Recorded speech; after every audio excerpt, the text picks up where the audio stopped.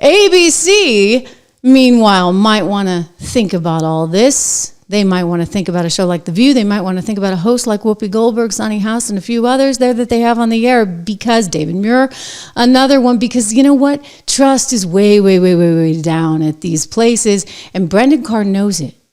And Brendan Carr is actually using this. He's the head of the FCC under Donald Trump to actually go back at these networks. So ABC thought, oh, well, we're out of the woods. We don't have to worry because we did that $16 million settlement and now we're in better shape. Well, no. What did Brendan Carr do? He fired off a letter saying, guess what? This is actually proof of your bias.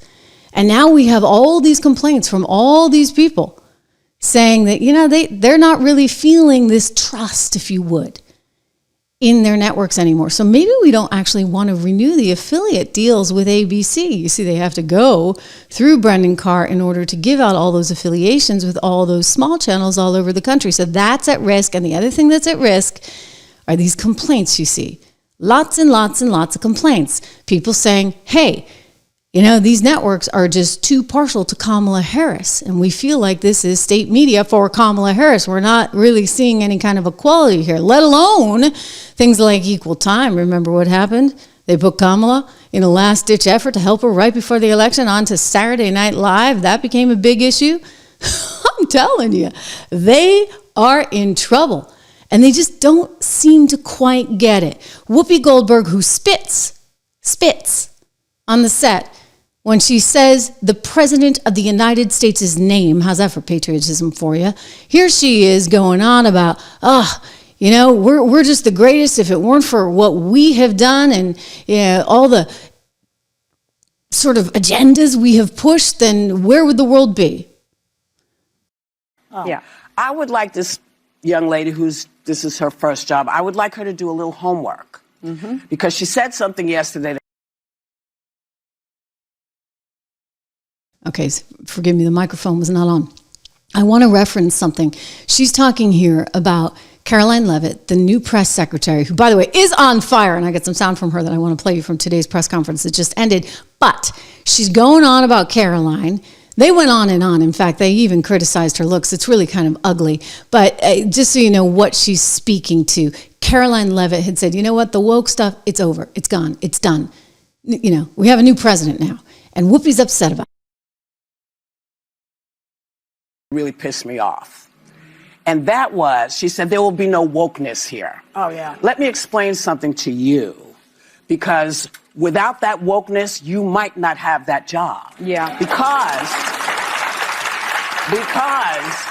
women were not invited to that table. Mm-hmm. Women were not invited to many tables in this nation. The reason we fought and busted our behinds to make sure that you didn't have to worry about this. And now to hear you talk about it and to hear anybody talk about the wokeness was put in place for a reason, because black people couldn't get into colleges, because women could not get into the colleges they wanted to go to. This is all women. Yeah. See, this is not black, Asian women. This is all women. Women were not invited to this party. It was a man's world, and we busted our asses to make sure that this was a person's world.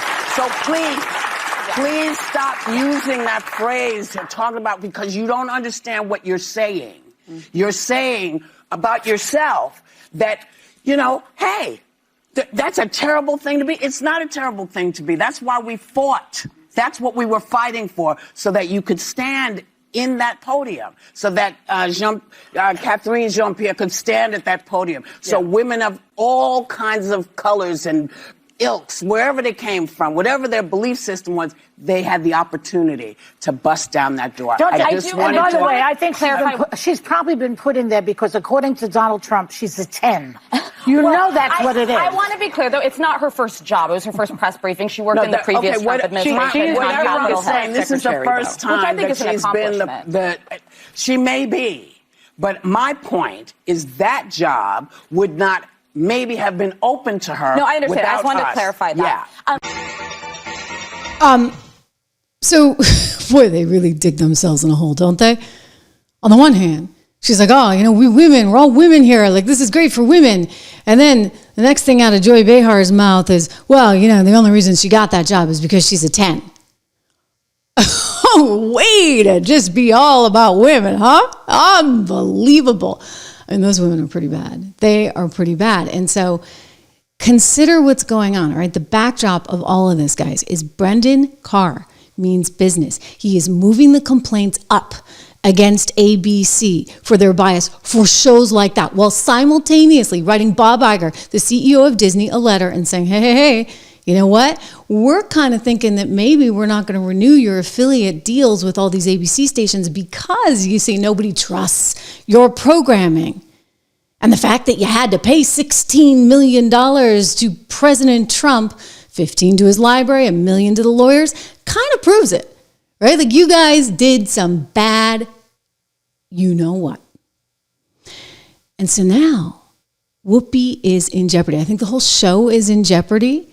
You saw that Joy Behar actually put her house on the market for some crazy amount of money, $10.5 million for this little Victorian salt box kind of thing in the Hamptons. And it's like, oh, don't let Letitia find out. She may think that's more than it should be. I mean, if, Mar-a-Lago is only 18, I don't know how you're going to get 10.5 for 4,000 square feet in Sag Harbor, Joy.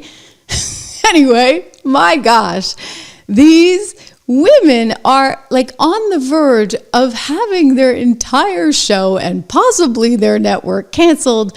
And so the only one that actually occasionally shows some glimpses of kind of getting it, I mean, there's Alyssa, but, she's a conservative, so kind of a never Trump conservative, but still she's a conservative. So I'll give her a pass for, at least kind of occasionally saying things that make sense. Whoopi never does until suddenly, all out of the blue, clearly the producers took her in the back room and said, hey, this is serious stuff. Now she's actually trying to sound, dare I say, rather MAGA-like. But 87% support deporting criminal undocumented migrants. Yes, I don't know anybody in the world. I don't know anybody in the world who wants to keep the criminals. I don't know anybody. That's where we should be focused. Now, you don't know anybody, except that, if you don't look very far, you can actually find your own AG in the state of New York. That would be one Letitia James, who's all about keeping the criminals. Really and truly. She's fighting Trump as hard as she can because she wants to keep the criminals.